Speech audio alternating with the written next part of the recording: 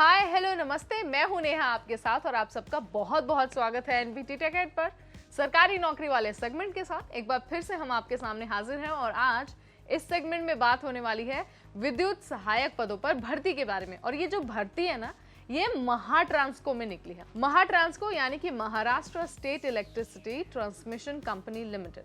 आपने ये नाम कई बार सुना भी होगा। महाट्रांसको अक्सर इंजीनियरिंग बैकग्राउंड के जितने भी कैंडिडेट्स हैं ना, उनके लिए नौकरी के मौके लेकर आती ही रहती है। और ये जो मौका है ना, ये विद्युत सहायक जो पद है, ये 10th पास वालों के लिए है। और खास बात ये है कि इस भर्ती के जरिए ना कोई 500, 600 या 700 पदों को नहीं भरा जाना, बल्कि 1900 से भी ज्यादा पद भरे जाएंगे। सो बहुत अच्छा मौका है ये 10th पास वाले उम्मीदवारों के लिए। सो मैं आपको ना इस वीडियो में यही बताने वाली हूँ कि आप कहाँ पर अप्लाई कर पाएंगे, कैसे अप्लाई कर पाएंगे, आपके पास कौन सी क्वालिफिकेशन का होना जरूरी है, और साथ में मैं ये भी बताऊंगी आपको कि आप कब तक अप्लाई कर पाएंगे। सो आपको क्या करना है, इस वीडियो के साथ बने रहना है और बीच में स्किप नहीं करना है, ताकि कोई भी इंपॉर्टेंट इन्फॉर्मेशन आपसे मिस ना हो जाए। तो चलिए शुरू करते हैं।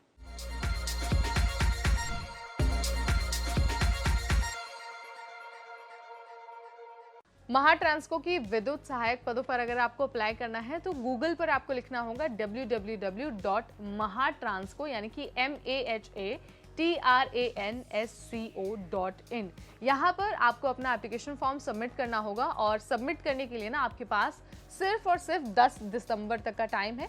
यानी कि एप्लीकेशन का प्रोसेस ऑलरेडी शुरू हो गया है और आप 10 दिसंबर तक या फिर उससे पहले पहले आप अपना फॉर्म भर सकते हैं। अगर बात योग्यता की हो तो अगर आपने 10th पास किया हुआ है और ITI का सर्टिफिकेट आपके पास है तो आप इस भर्ती के लिए पूरी तरह से एलिजिबल हैं, आप अप्लाई कर सकते हैं, बशर्ते आपकी जो एज लिमिट है ना वो 18 से 38 साल होनी चाहिए। अगर इससे ज़्यादा या कम एप्लीकेशन के टाइम आपकी एज होती है ना तो आप अप्लाई नहीं कर पाएंगे। सो बेटर है कि आप फॉर्म भरने से पहले ना एक बार नोटिफिकेशन में ज़रूर चेक कर लें कि आप एलिजिबल हैं या फिर नहीं है। सो आपने फॉर्म भर दिया है, टाइम से पहले पहले फॉर्म भर दिया है, लेकिन फॉर्म आपका फाइनल तभी सबमिट होगा जब आप ऑनलाइन फीस भरेंगे। सो जनरल कैटेगरी के जो उम्मीदवार है ना, उनको 500 रुपीज़ फॉर्म भरने के बाद फीस के रूप में देनी होगी, और जो EWS या फिर BC कैटेगरी के उम्मीदवार हैं उनको 250 रुपीज़ एज एप्लीकेशन फीस देनी होगी। आपको याद रखना है कि आपने फॉर्म तो भर दिया, डॉक्यूमेंट्स भी अपलोड कर दिए, जो जो आपसे पूछा गया आपने वो सारी चीज़ें भी उसमें मेंशन कर दी, लेकिन जब तक आप फीस नहीं भरेंगे ना तो आपका फॉर्म कंप्लीट नहीं माना जाएगा, उसे सबमिट नहीं माना जाएगा। और फॉर्म सबमिट नहीं होगा तो जाहिर सी बात है आप इस सिलेक्शन प्रोसेस में आगे नहीं बढ़ पाएंगे। सो मेक श्योर फॉर्म भरने के बाद आप फीस भी भर दीजिए। ओके, नेक्स्ट हम आगे बढ़ते हैं कि भाई फॉर्म भर दिया, फीस भी भर दी, अब सिलेक्शन कैसे होगा। सिलेक्शन ना 3 कैटेगरीज में होगा। सबसे पहले आपको CBT में हिस्सा लेना होगा, यानी कि कंप्यूटर बेस्ड टेस्ट। अगर आप रिटन टेस्ट क्लियर कर लेते हैं तो आपको बुलाया जाएगा डॉक्यूमेंट वेरिफिकेशन के लिए, और उस टाइम ये देखा जाएगा कि आपने जो डॉक्यूमेंट अपलोड किया है और जो एलिजिबिलिटी क्राइटेरिया है क्या आप उसमें फिट होते हैं या फिर आपने ऐसे ही फॉर्म भर दिया। सो अगर आपके सारे डॉक्यूमेंट्स भी बहुत सही होते हैं, मतलब कि आपने सही डॉक्यूमेंट अपलोड किए हैं, आप एलिजिबल है, तो आपको बुलाया जाएगा मेडिकल एग्जामिनेशन के लिए। आपका मेडिकल एग्जामिनेशन अगर अच्छे से हो जाता है, आप उसमें सिलेक्ट हो जाते हैं, तो आप विद्युत सहायक के रूप में सिलेक्ट हो जाएंगे महाट्रांसको में, और उसके बाद आपको सैलरी मिलेगी 70,000 रुपीज़। अगर आपको फॉर्म भरना है ना तो कुछ जो है वो मिनिमम स्टेप्स को फॉलो करना होगा। जैसे कि आपको सबसे पहले वेबसाइट पर जाना होगा।